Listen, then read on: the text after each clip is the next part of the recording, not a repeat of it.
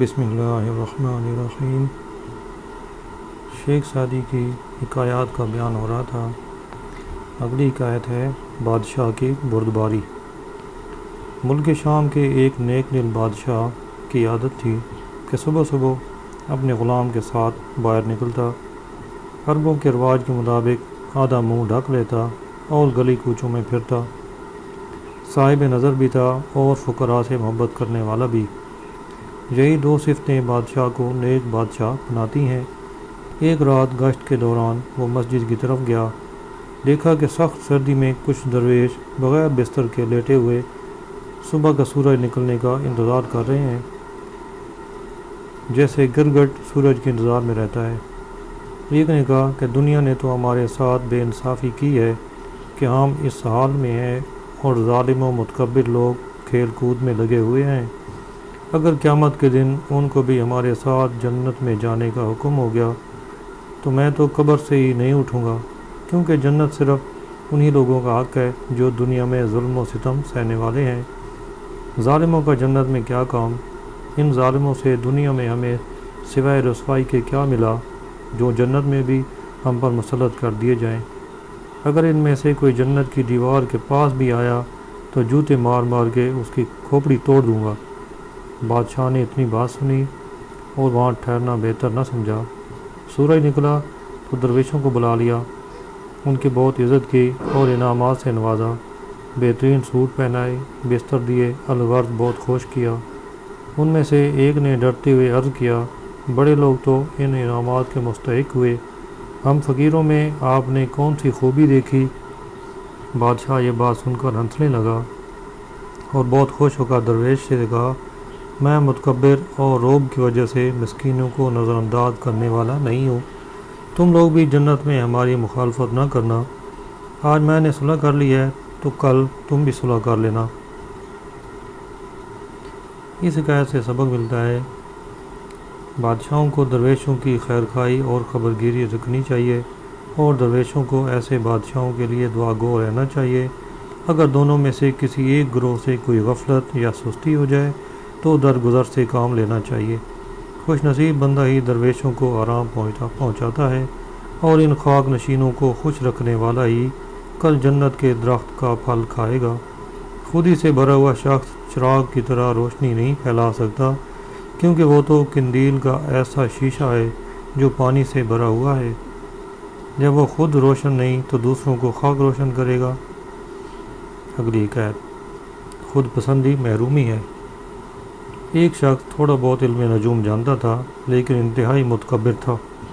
علم نجوم کے ماہر استاد کوشیار کے پاس دور دراز کا سفر کر کے آیا کہ مزید علم نجوم حاصل کرے، لیکن دماغ میں وہی غرور بھرا ہوا تھا۔ استاد نے اس کی طرف دیکھنا بھی گوارا نہ کیا اور ایک لفظ بھی نہ سکھایا۔ آخر ماجوز ہو کر واپس جانے لگا تو استاد نے کہا، جو برتن پہلے ہی بھرا ہوا ہو اس میں مزید کیا ڈالا جا سکتا ہے؟ یعنی تیرے غرور نے تجھے دولت علم سے محروم کر دیا ہے کہ تو اپنے آپ کو بڑا عالم فاضل سمجھتا ہے۔ متکبرانہ دعووں سے خالی ہو کر عاجز بن کر آتا تاکہ تجھے علم سے بھر دیا جاتا۔ سادی کی طرح جہاں میں خودی و تکبر سے خالی ہو جا تاکہ نور معرفت سے تجھے بھرپور کر دیا جائے۔ خود بینی اور خود پسندی علم سے محرومی اور بد نصیبی کی علامت ہے اور عاجزی و انکساری عظمت و بلندی کی دلیل ہے۔ اگلی حکایت تسلیم و رضا۔ ایک غلام نے بادشاہ کی نافرمانی کی اور بھاگ گیا۔ جب بادشاہ کے حکم سے اس کو پکڑ کر لایا گیا تو بادشاہ نے اس کو قتل کر دینے کا حکم دیا۔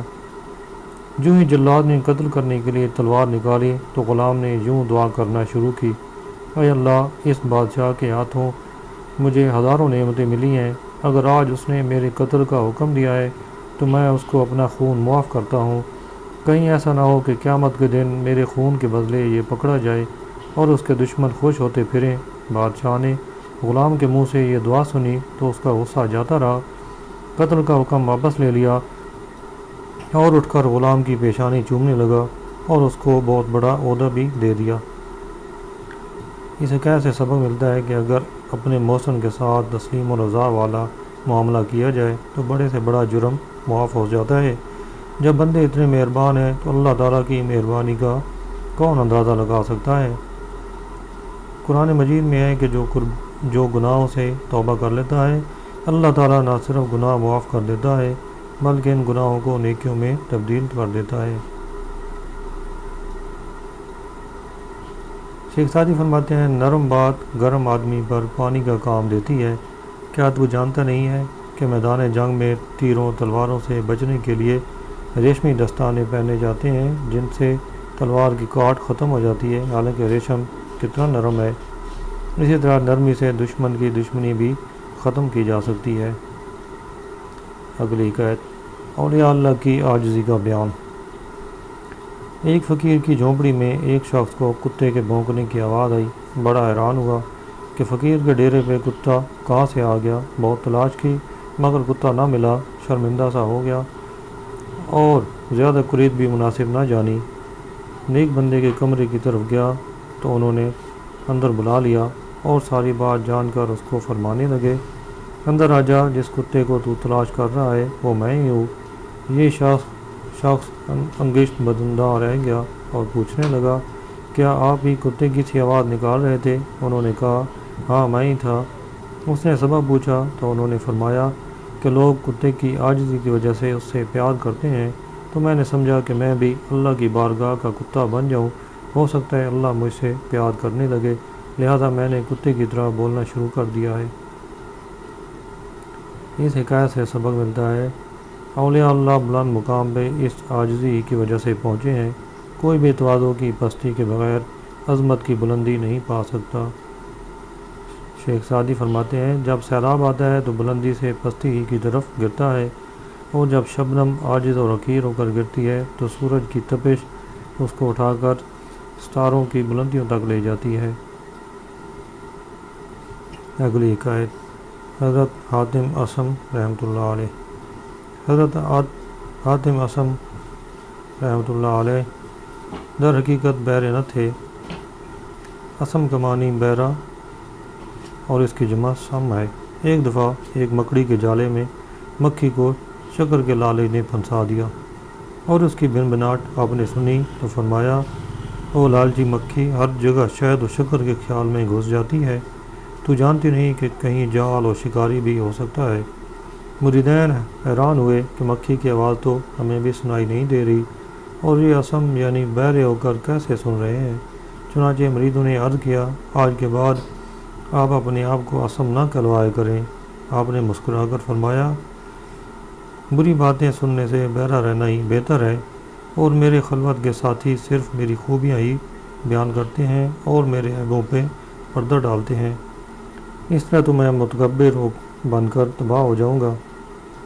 میں بہرا اس لیے ہوں کہ گویا میں اپنی تعریف سن ہی نہیں رہا، تاکہ جب مجھے بہرا سمجھیں گے تو میری خوبی خامی سب کچھ بیان کرتے رہیں گے، اس طرح میں خود ہی اور تکبر سے بچا رہوں گا، کیونکہ جو اپنی برائی سن کر برداشت کر لیتا ہے وہ تکبر کی لعنت سے بچ سکتا ہے۔ شیخ سعدی فرماتے ہیں تعریف کی رسی سے کنویں میں گرنا اچھا نہیں، بلکہ حاتم ہو جا اور اپنی برائیاں بھی سنا کر، اس سے بہتر کوئی نصیحت نہیں۔ جس نے سعدی کی بات نہ مانی اس کو نہ سعادت کی طلب ہے اور نہ وہ سلامتی پا سکتا ہے۔ اس حکایت کا مقصد یہ ہے کہ اپنی اصلاح کے لیے ساتھیوں کی زبان سے اپنے عیب سننے کی خاطر اگر گنگا بہرا بھی بننا پڑے تو بن جانا چاہیے۔ حضرت حاتم کے اصم نام کی وجہ تسمیہ یہ واقعہ بھی کتابوں میں لکھا ہے کہ ایک مرتبہ ایک خاتون آپ کی خدمت میں حاضر ہوئی، اتفاق سے اس کی ہوا خارج ہو گئی اور وہ بھی قدرے آواز سے بہت شرمندہ ہوئی کہ آپ نے سن لیا ہوگا۔ آپ اس کی شرمندگی اور خفت کو مٹانے کے لیے بہرے بن گئے اور فرمایا، مائی زور سے بولو، مجھے کم سنائی دیتا ہے۔ اس طرح اس خاتون نے جان لیا کہ یہ تو بہرے ہیں اور شرمندگی سے بچ گئی۔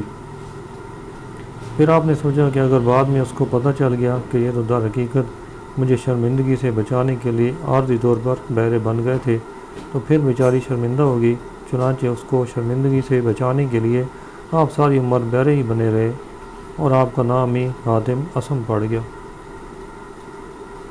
اگلی حکایت ہے چور اور سعد۔ ایران کا شہر تبریز میں ایک عبادت گزار اور شب زندہ دار شخص تھا۔ ایک رات کسی چور نے اس کے مقام پہ کمند پھینکی۔ اس نے چور چور کا شور مچا دیا۔ لوگ لاٹھیاں لے کر آ گئے۔ چور آہستگی سے کھسک گیا۔ عبادت گزار کو اس چور پہ ترس آ گیا کہ بیچارہ ناکام لوٹ گیا ہے۔ چنانچہ عبادت گزار دوسرے راستے سے بھاگ کر چور کے سامنے چلا گیا اور اس کو کہا، میں تیرا خیر خواہ ہوں، تیری بہادری نے مجھے بہت متاثر کیا ہے اور تو طاقت میں اپنی مثال آپ ہے۔ ایک تو مردانہ وار آیا ہے اور دوسرا عین جنگ کی حالت میں تو نے جان بھی بچا لی ہے۔ میں تو تیرا گرویدہ ہو گیا ہوں۔ میں تجھے ایک ایسا مکان بتاتا ہوں کہ جس کا دروازہ بند ہے اور دولت سے بھرا ہوا ہے، جبکہ مالک مکان بھی گھر پہ نہیں ہے۔ 2-4 اینٹیں رکھ کر دیوار پھلانگ لیں گے تو جو ہاتھ لگے گا مال غنیمت سمجھیں گے۔ اب خالی ہاتھ واپس جانا تو اچھا نہیں۔ کچھ اس انداز سے اس عبادت گزار نے بات کی کہ چور کو یقین آ گیا اور عابد اس کو سیدھا اپنے گھر کی طرف لے آیا۔ چور نے عابد کو دیوار پہ چڑھایا۔ وہ اندر سے جو تھوڑا بہت سامان تھا لا کر چور کی جھولی میں پھینکتا گیا اور آخر میں پھر شور مچا دیا، چور سب کچھ لے کر بھاگ گیا اور بزرگ کو سکون مل گیا کہ مفاد کی تلافی ہو گئی ہے۔ اسے کیسے سبق ملتا ہے کہ نیک لوگ چوروں اور ڈاکوؤں کی محرومی کو بھی پسند نہیں کرتے، اپنا گھر لٹا کر بھی ان کی جھولی بھر دیتے ہیں۔ حالانکہ چور ڈاکو خود کسی پر ترس نہیں کھاتے، بلکہ اہل اللہ کی سیرت یہی ہے کہ وہ بدوں کے ساتھ بھی نیکی کا معاملہ کرتے ہیں۔ اگلی حکایت، دوستی۔ ایک بھولا بالا سا آدمی کسی حسین و جمیل کے چکر میں پڑ گیا۔ ملامت گروں اور رقیبوں کے ظلم سہتا جیسے گیند بلے کا ظلم سہتا ہے۔ لوگ مذاق بھی اڑاتے مگر سب کچھ برداشت کر جاتا۔ ایک دن کسی نے کہا، تو کیسا بے حس اور بے غیرت ہے کہ تجھ پہ نہ مار اثر کرتی ہے نہ گالی گلوچ سن کر تو ٹس سے مست نہیں ہوتا ہے۔ حالانکہ بدتمیز کی بدتمیزی برداشت کرنے سے لوگ بزدل سمجھتے ہیں۔ اس دیوانے نے ایسا جواب دیا جو بقول شیخ زادی سونے سے لکھے جانے کے قابل ہے۔ اس نے کہا، میرا دل تو یار کی محبت کے لیے ہے، اس لیے اس میں کسی اور کی دشمنی نہیں آ سکتی، لہذا لوگ جو چاہیں کہتے رہیں۔ جس کے دل میں کسی کی سچی محبت ہو گئی اس میں کسی اور کا بغض یا دشمنی جگہ نہیں پا سکتی۔ اگلی حکایت، حضرت بہلول دانا علیہ الرحمہ۔ حضرت بہلول مشہور مجذوب ولی اللہ گزرے ہیں۔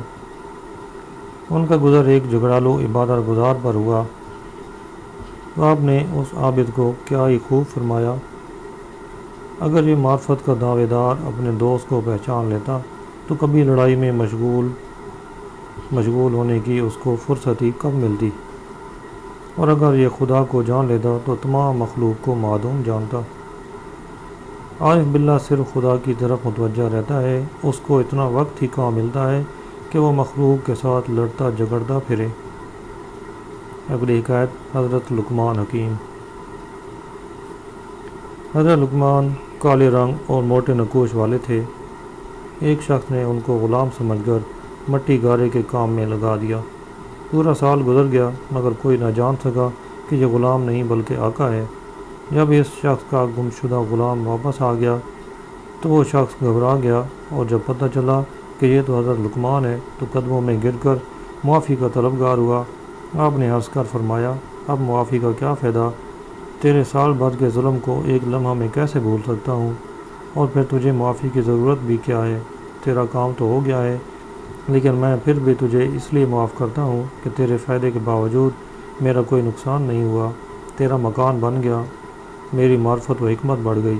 دراصل میں بھی غلام ہی ہوں اور میرا بھی کوئی آقا ہے جس کے حکم سے میں بھاگا ہوا ہوں، لیکن اب میں اس کو اس لیے نہیں ستاؤں گا کہ مجھے مٹی کی سال بھر کی مشقت یاد آ جایا کرے گی۔ جو بڑوں کا ظلم نہیں اٹھا سکتا اس کو چھوٹوں کی تکلیف کا احساس نہیں ہوتا، اس کا دل کمزوروں پہ جلے گا جس نے بڑوں کے سخت احکامات کی تعمیل کی ہوگی۔ اسے کیسے سبق ملتا ہے، اگر کسی کی غلط فہمی کی وجہ سے کوئی شخص کسی مصیبت میں مبتلا ہو جائے تو بعد میں انتقام لینے کے بجائے جتنی بڑی مصیبت تھی اتنی ہی زیادہ اس سے عبرت حاصل کرنی چاہیے۔ حضرت لقمان کو انہی تجربوں نے اتنا بڑا عقلمند بنا دیا تھا کہ ان کی نصیحت کی باتوں کو قرآن پاک جیسی کتاب نے بھی اپنے پاس جگہ دی ہے۔ اگلی قید حضرت جنید بغدادی رحمۃ اللہ علیہ۔ صنعاء کے جنگل میں ایک مرتبہ حضرت جنید بغدادی رحمۃ اللہ علیہ نے شکاری کتا دیکھا جو کسی وقت تو شیروں کا شکار کرتا تھا مگر اب بوڑھی لومڑی کی طرح عاجز ہو کر بیٹھا ہوا تھا۔ دوڑ دوڑ کر ہرن اور پہاڑی بکروں کو پکڑنے والا اب قبیلہ کی بکریوں سے دولتیاں کھا رہا تھا۔ حضرت جنید بغدادی نے جب اس کتے کو اس حالت میں دیکھا تو زاروں کے دار رونے لگے اور اپنا آدھا زاد راہ اس کے آگے ڈالا اور فرمایا، کون جانتا ہے کہ اللہ کے ہاں ہم دونوں میں سے کون بہتر ہے؟ اگرچہ آج بظاہر میں اس سے بہتر نظر آ رہا ہوں مگر کیا خبر تقدیر کس طرح کا فیصلہ کر دے۔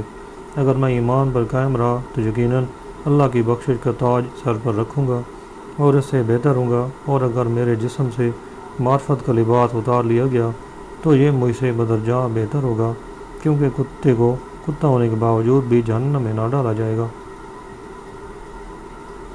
شیخ سعدی نے نتیجہ نکالتے ہوئے فرمایا کہ اے سعدی، یہی وہ راستہ ہے جو مردان حق کا راستہ ہے کہ وہ اپنے آپ کو عزت کی نگاہ سے نہیں دیکھتے۔ یہی وجہ ہے کہ اپنے آپ کو کتوں سے بدتر سمجھنے والا حقیقت میں فرشتوں سے بہتر ہوتے ہیں۔ اگر خاتمہ بالخیر ہو جائے تو انسان بہتر ہے ورنہ کتا۔ اگلی قید پرہیزگار اور گویہ۔ ایک مست بربت نواز یعنی بانسری بجانے والا رات کو گلی میں پھر رہا تھا کہ اس کو ایک نیک شخص ملا۔ اسے نشے میں نہ آؤ دیکھا نہ تاؤ صوفی صاحب کے سر پر باجا مار کر اپنی بربت توڑ لی اور صوفی کا سر توڑ دیا۔ دن نکلا تو پرہیزگار اس سنگ دل گویے کے پاس مٹھی پر چاندی لے گیا کہ یہ لے لے، کیونکہ کل رات تو نے میرے سر پر اپنا اوزار مارا جس سے میرا سر پھٹا، اور تیرا اوزار میرا سر تو ٹھیک ہو گیا ہے لیکن تیرا اوزار تو پیسوں کے بغیر ٹھیک نہیں ہو سکے گا۔ اس حکایت سے سبق ملتا ہے کہ اللہ کے نیک بندوں کو چاہیے کہ جاہلوں کی جفا و ظلم برداشت کریں اور ان کی دلجوئی کر کے اللہ سے ان کے لیے ہدایت کی دعا کرتے رہیں، جیسے کہ قرآن پاک میں ہے، اور اللہ کے بندے وہ ہیں جو زمین پر نرمی سے چلتے ہیں، یعنی پھونک پھونک کر قدم رکھتے ہیں کہ زمین کو بھی تکلیف نہ ہو اور تکبر کا نام و نشان بھی نہ رہے، اور جب جاہل ان سے ہم کلام ہونا چاہیں تو اللہ کے بندے سلام دے کے آگے نکل جاتے ہیں۔ اگلی حکایت ظلم پہ صبر کرنا۔ ترکستان کے شہر وخش کا ایک سردار گوشہ نشین ہو گیا۔ صرف گدڑی کا فقیر نہ تھا کہ مخلوق کے سامنے ہاتھ پھیلائے، بلکہ حقیقی مرد خدا بن کر گیا۔ ایک زبان دراز مگر بے عقل شخص نے ایک کہہ کر اس مرد خدا کی دل آزاری کی کہ یہ مکار جن ہے جس نے سلمان علیہ السلام کے تخت پر قبضہ کر رکھا ہے۔ اس کا وضو کرنا ایسے ہی ہے جیسے بلی مود ہوتی ہے، اور عبادت طمع کی ہے جیسے محلے کے چوہے شکار میں طمع کرتے ہیں۔ ریاکاری کی عبادت کرتا ہے اور اس کی شہرت خالی ڈول کی طرح ہے۔ جب وہ یہ باتیں کر رہا تھا اور مرد عورتیں اس مرد خدا پہ ہنس رہے تھے تو اس مرد خدا نے ہاتھ اٹھائے اور رو رو کر اس زبان دراز کے لیے اللہ سے ہدایت کی دعا مانگنی شروع کر دی کہ یا اللہ اس کو توبہ کی توفیق دے دے، اور اگر اس نے سچ کہا ہے تو موت سے پہلے مجھے توبہ کی توفیق دے۔ اے اللہ، میں اس پر ناراض نہیں بلکہ اس کے بارے میں اچھا گمان رکھتا ہوں کہ اس نے مجھے میرے عیب بتائے ہیں تاکہ میں اصلاح کر لوں۔ اس حکایت سے سبق ملتا ہے کہ اگر تو دشمن کے کہنے کی طرح برا ہے تو غم نہ کر، ورنہ اس کے کہنے سے تو برا نہ ہو جائے گا، کیونکہ اگر کوئی بیوقوف کستوری کو گندا کہہ دے تو وہ بکواس ہی کر رہا ہے، تو کیوں پریشان ہوتا ہے؟ لیکن کوئی پیاز کو بدبودار کہہ دے تو تجھے تردید کرنے کی ضرورت ہی کیا ہے؟ عقل مند بہروپیے سے دھوکہ نہیں کھاتا، لہذا بیوقوف تجھے اشتعال میں نہ لائے۔ سمجھداری سے کام لینے والا بدخواہ کی زبان بند کر دیتا ہے۔ تو نیک بن جا تاکہ تیرے اندر عیب کی گنجائش ہی نہ رہے۔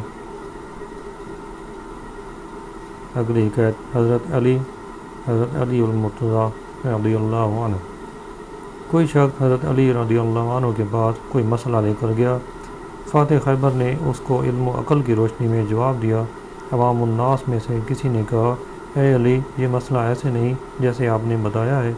سبحان اللہ، حیدر کرار ذرا ناراض نہ ہوئے بلکہ فرمایا، اچھا تو بتا دے کیسے ہے۔ اس نے پوری وضاحت سے خوب جواب دیا کہ حضرت علی رضی اللہ عنہ نے خوش ہو کر اس کو شاباش دی اور اپنی خطا کو تسلیم کیا۔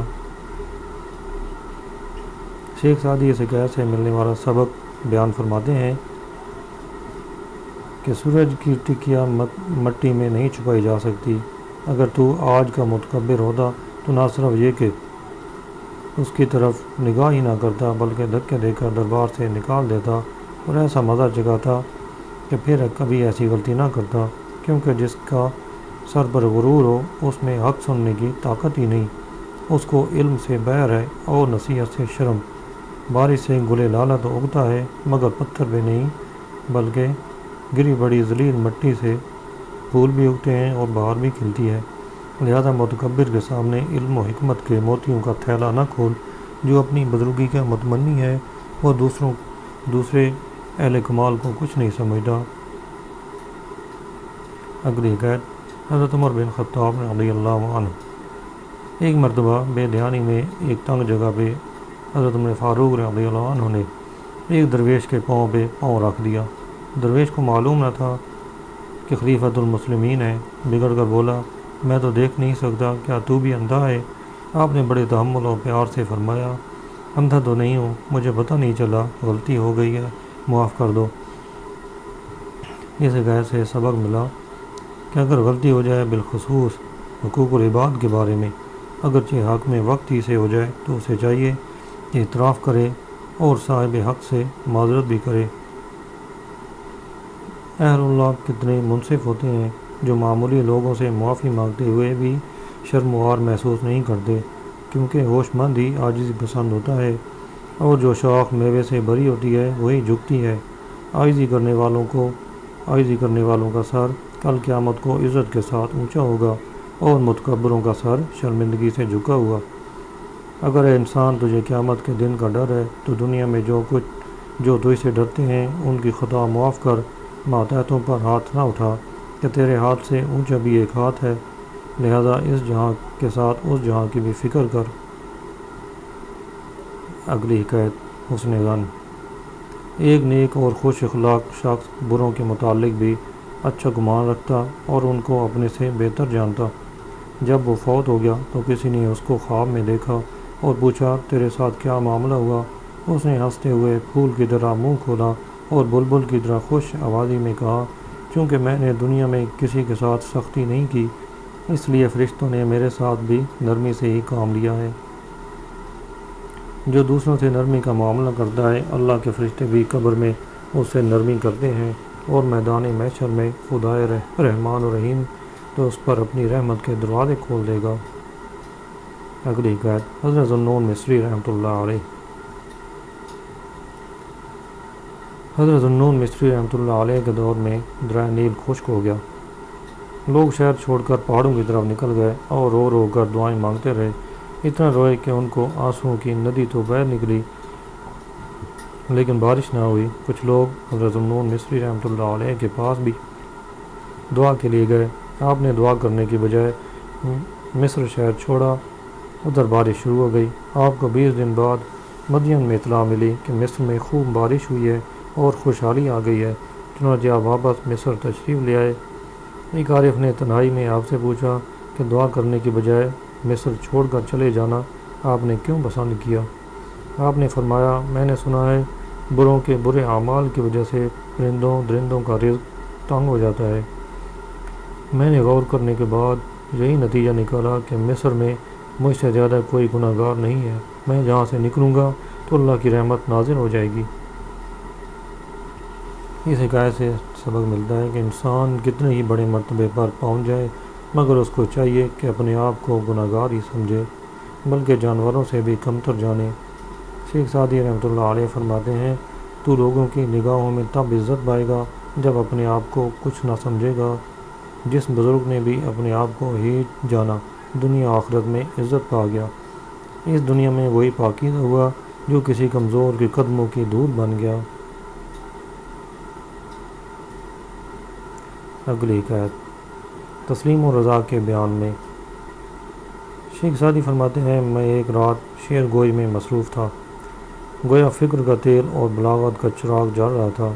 ایک بیہودہ قسم کے شاعر نے میرا کلام سنا اور مجھے داد دیے بغیر نہ رہ سکا، لیکن رقیب تھا تو حسد کی وجہ سے تنقید بھی کر دی کہ سعدی کو وعظ و نصیحت کے علاوہ واقعات جنگ کو نظم کرنے کا کمال حاصل نہیں ہے، جنگ کی تباہکاریوں کو بیان کرنا اس کے بس میں نہیں ہے۔ حالانکہ اس بیچارے کو کیا معلوم کہ میرا جنگ کرنے کا ارادہ ہی نہیں، ورنہ کسی کی کیا جرت کہ اس میدان میں بھی مجھ سے بازی لے جا سکے۔ میرے پاس یہ طاقت ہے کہ زبان کی تلوار کھینچوں تو لوگوں پر سخت داری کر دوں اور دنیا شعر پہ قلم پھیر کر تہلکہ مچا دوں کہ سب میرے سامنے عاجز آ جائیں۔ اچھا اس کی غلط فہمی کو بھی دور کیے دیتے ہیں تاکہ حسد کی آگ میں جل کر جو اس کے منہ سے فریاد نکلی ہے اس میں اضافہ ہو اور دشمن کے سر کے نیچے پتھر کا تکیہ رکھ دے۔ نیک بختی اللہ ہی عطا کرتا ہے، نہ کہ طاقتور کا بازو۔ اگر کسی کے بارے میں آسمان سے ہی دولت کا فیصلہ نہ ہو تو بادری سے نہیں مل سکتی۔ اگر اپنی ہمت ہی سب کچھ ہوتی تو چیونٹی کا وجود ہی نہ ہوتا اور ہر طرف شعر ہی شعر دکھائی دیتے۔ تو جب انسان اتنا بھی نہیں کر سکتا کہ اس کا مقصد اس کے اختیار میں ہو تو بہتر یہی ہے کہ راضی بقضاء ہو جائے۔ اگر تقدیر میں عمر دراز لکھی ہے تو سانپ، بچھو، تلوار اور شعر کی کیا مجال کہ کسی کی زندگی ختم کر سکے، اور اگر مقدر میں موت لکھی ہے تو شربت کا گھونٹ بھی زہر بن جائے گا۔ معروف پہلوان رستم کی جب موت آئی تو شغاد جیسے کمزور نے اس کا کام تمام کر دیا۔